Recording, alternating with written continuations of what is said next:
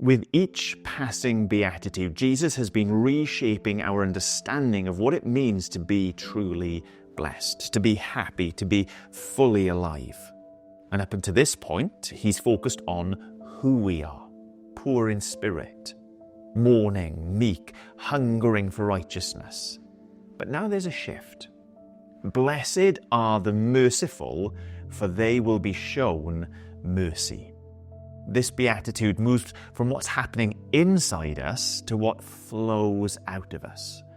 Our actions are the outcomes of who we are. And mercy is the first outward expression of a heart transformed by God. But what does it really mean to be merciful? Mercy isn't just a feeling, is it? It's more than just pity or concern. Mercy is compassion in action, seeing the plight of another and stepping in to help. And I say that because that's what we see in the mercy of Jesus. Jesus doesn't just talk about mercy, he embodies it. He saw our sin, our brokenness, the sorrow and the suffering that follow, and instead of turning away, he stepped towards us. He didn't merely feel pity, Jesus acted. He took our burdens as his own. He healed the sick. He forgave sinners. He welcomed outcasts.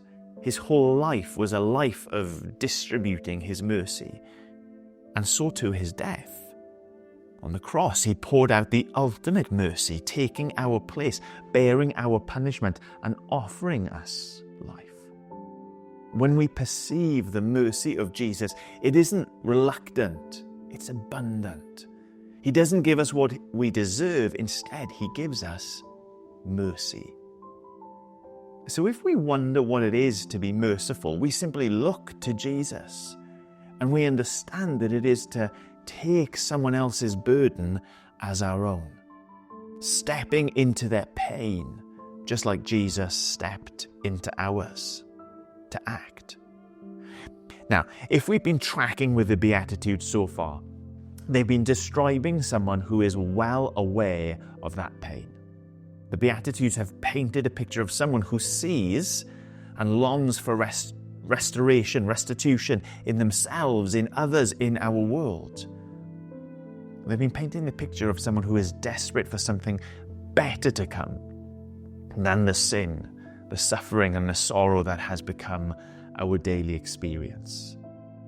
So to be merciful then, as Jesus exhorts in this fifth beatitude, is to see it and to respond to it. There are other places too where Jesus didn't just embody mercy, but spoke of it as an expectation for those who have received mercy from him, for those who follow after him.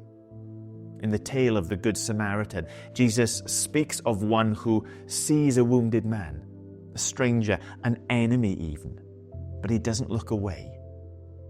Someone who saw the sad plight of another and stops, tends to the wounds, and pays for the ongoing care. Mercy cost the Good Samaritan something, but he gave it freely. And Jesus instructs in that story to go and do likewise. Perhaps we could sum up this beatitude this way.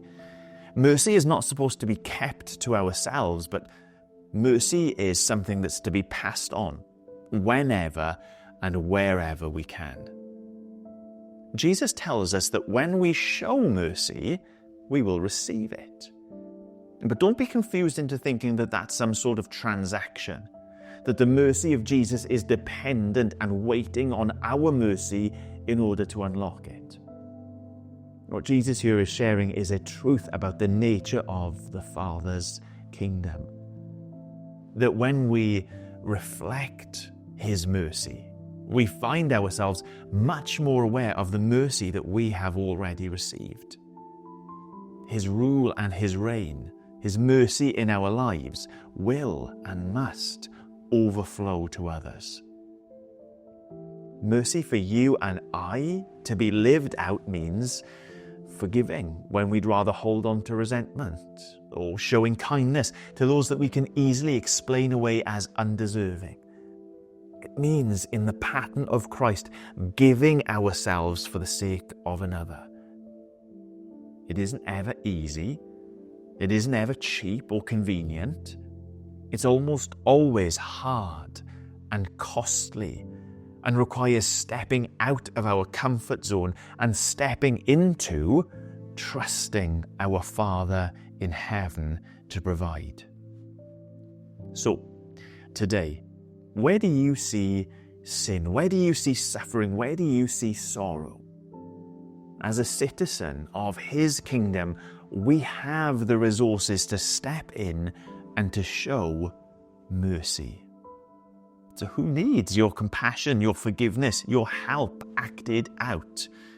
Because in the end, it's truly blessed to be the one who gives mercy, for we have received mercy. So, blessed are the merciful, for they will receive mercy.